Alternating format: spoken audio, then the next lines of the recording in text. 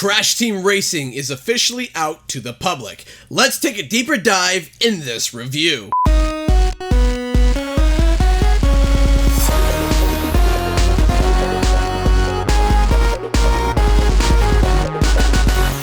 What's up guys, Canadian Guy here, and today is race day.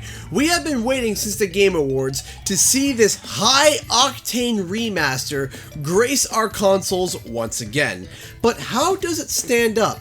How well did it age? Before I begin, I just want to thank Activision for sending me a review code for this game. It helps so much to be able to grasp my thoughts on it and not have me rush it out a review for you beautiful people. So, let's take a dive into the game.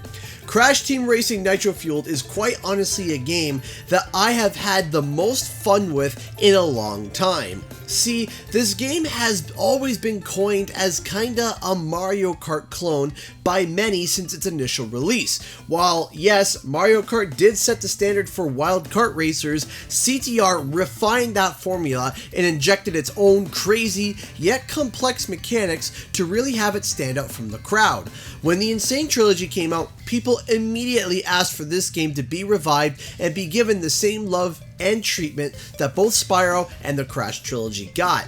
Nitro Fueled recreates the mechanics from the original CTR faithfully and wonderfully. The game feels almost perfectly intact when it comes to controls and handling. Power sliding has never looked or felt so good as you race around nostalgic tracks from your childhood in a new splendor. The depth of controls is what made the original game popular, and I believe Beanox has nailed it. Also, quite a lot of tricks within each individual track has been preserved that maybe the original developers didn't quite intend. Of course, there might be some tricks that have been patched or changed, but most of the tricks that I knew of worked like a charm.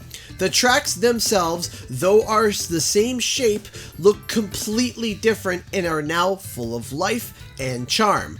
Now, even though some of the tracks look almost night and day compared to the originals, there is still a nostalgic familiarity that makes you just giggle with joy. The adventure mode is still here, but now has two options: Classic and Nitro Fueled mode. Classic is exactly like the original game. You pick a character, you race with that character all the way to nitrous oxide. However, in Nitro Fueled, you can swap out your character and cart whenever you like in the story mode, and you can choose your difficulty.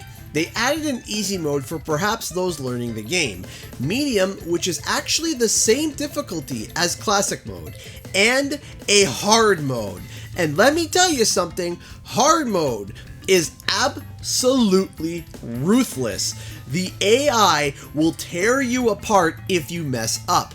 To give you an example, I raced in Crash Cove quickly in adventure mode, and these are some of the times that the AI got.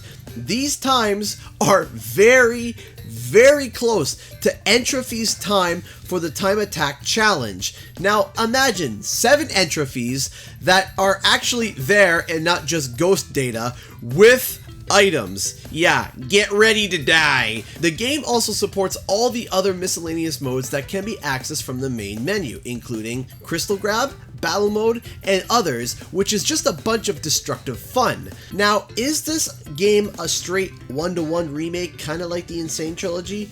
Actually, not at all. This game has been jam-packed with content that almost no one could have expected, making it stand shoulder to shoulder with the other kart racing titan, Mario Kart, when it comes to content.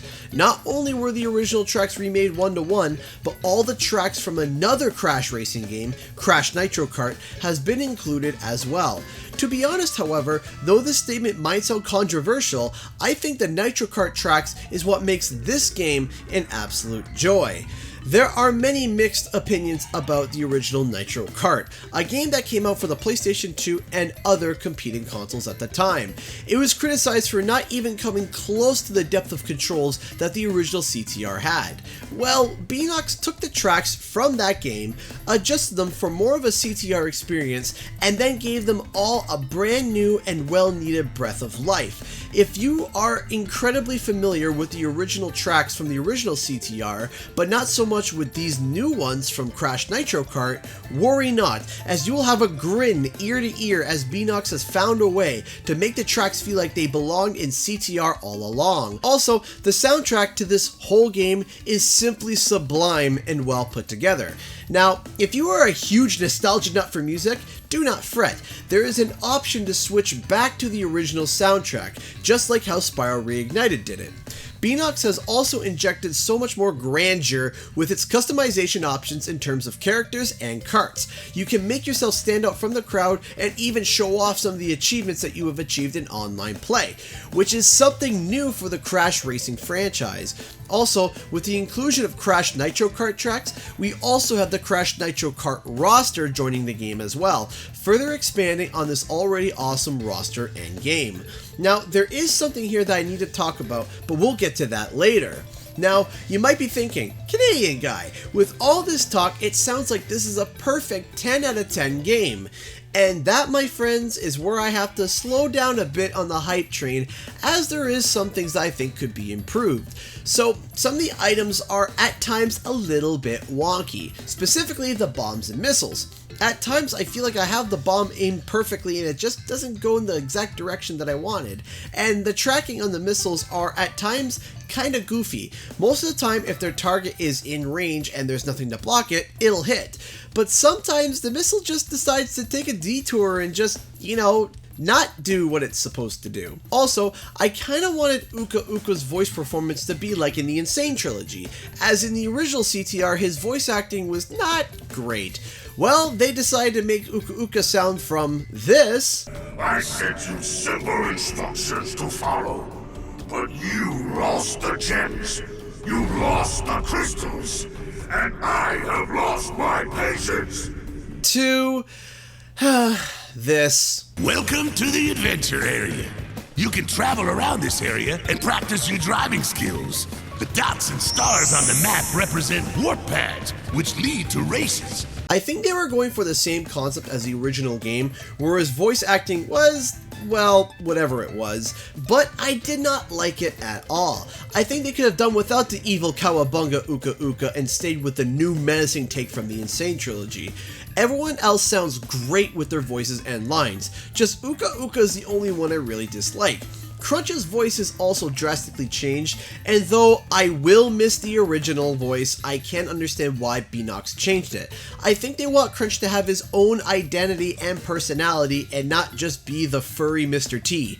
I'll miss it, but I get it. Now, these nitpicks are pretty small in the grand scheme of things, but there is one major thing that I think needs to be addressed: the pit stop. This is something that a lot of people will not be happy with. The pit stop is where you buy your Crash Nitro Kart characters, skins, and other cosmetic items. Unfortunately, in order to access this shop, you require an internet connection.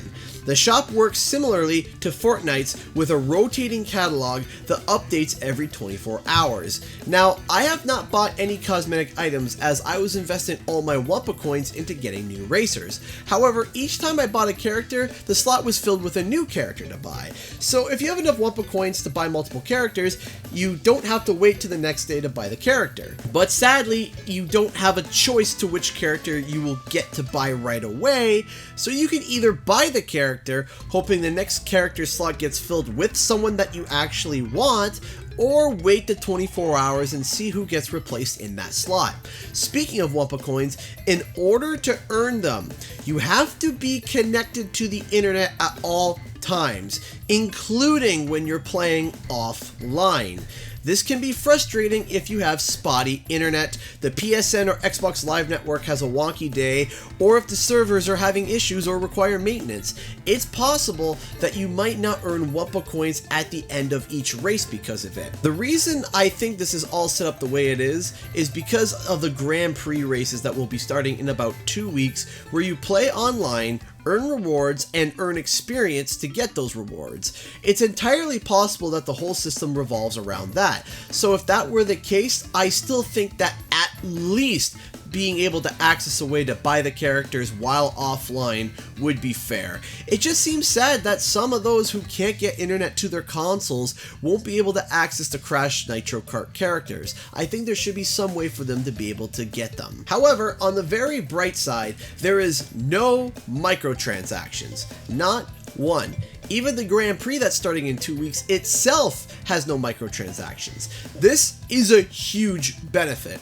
Also, most paint jobs, decals, some carts and tires, and almost all skins are unlockable by simply playing the game. No internet required for those. So even if you don't have internet, you will still have access to quite a bit of cosmetic choices. Now, there's something that I obviously could not review that is drastically important. That is the online play. It's kind of hard for me to tell you if the online play is good when literally no one was online for my review, so I couldn't give my thoughts on it. So I will be releasing another review later down the road to give Beanox some time to work the servers out, because the servers are always going to be awful likely on day one, and it wouldn't be fair to judge them based on that. This also might give Beanox some time to fix up the pit stop, as I think it needs work before I give my final score.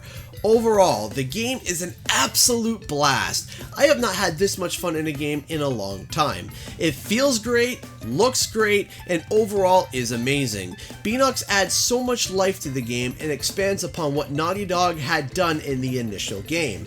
The Crash Nitro Kart content fits perfectly in the game with Beanox's breath of life added to it. The only minor issues were some tracking on items and a few voice performances were not the best. The only major issue I see in my eyes is the pit stop.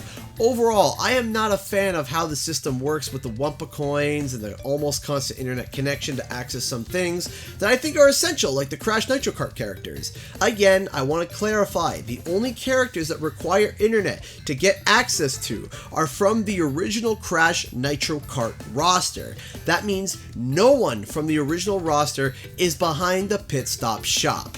Now, we never know. Some of these issues might be patched in the coming weeks and no longer will be problems, so make sure to stay tuned for the follow-up review as I play online. By the way, a huge shout out to my Patreons and sponsors on the channel. I appreciate your support and letting me be able to do this full time, as I got a family to feed. If you want to support the channel, the Patreon is in the description below, and be sure to subscribe for more nostalgic content. And while you're at it, why not check out another video I recently made? Anyway guys, thanks so much for watching, and I'll see you guys next time.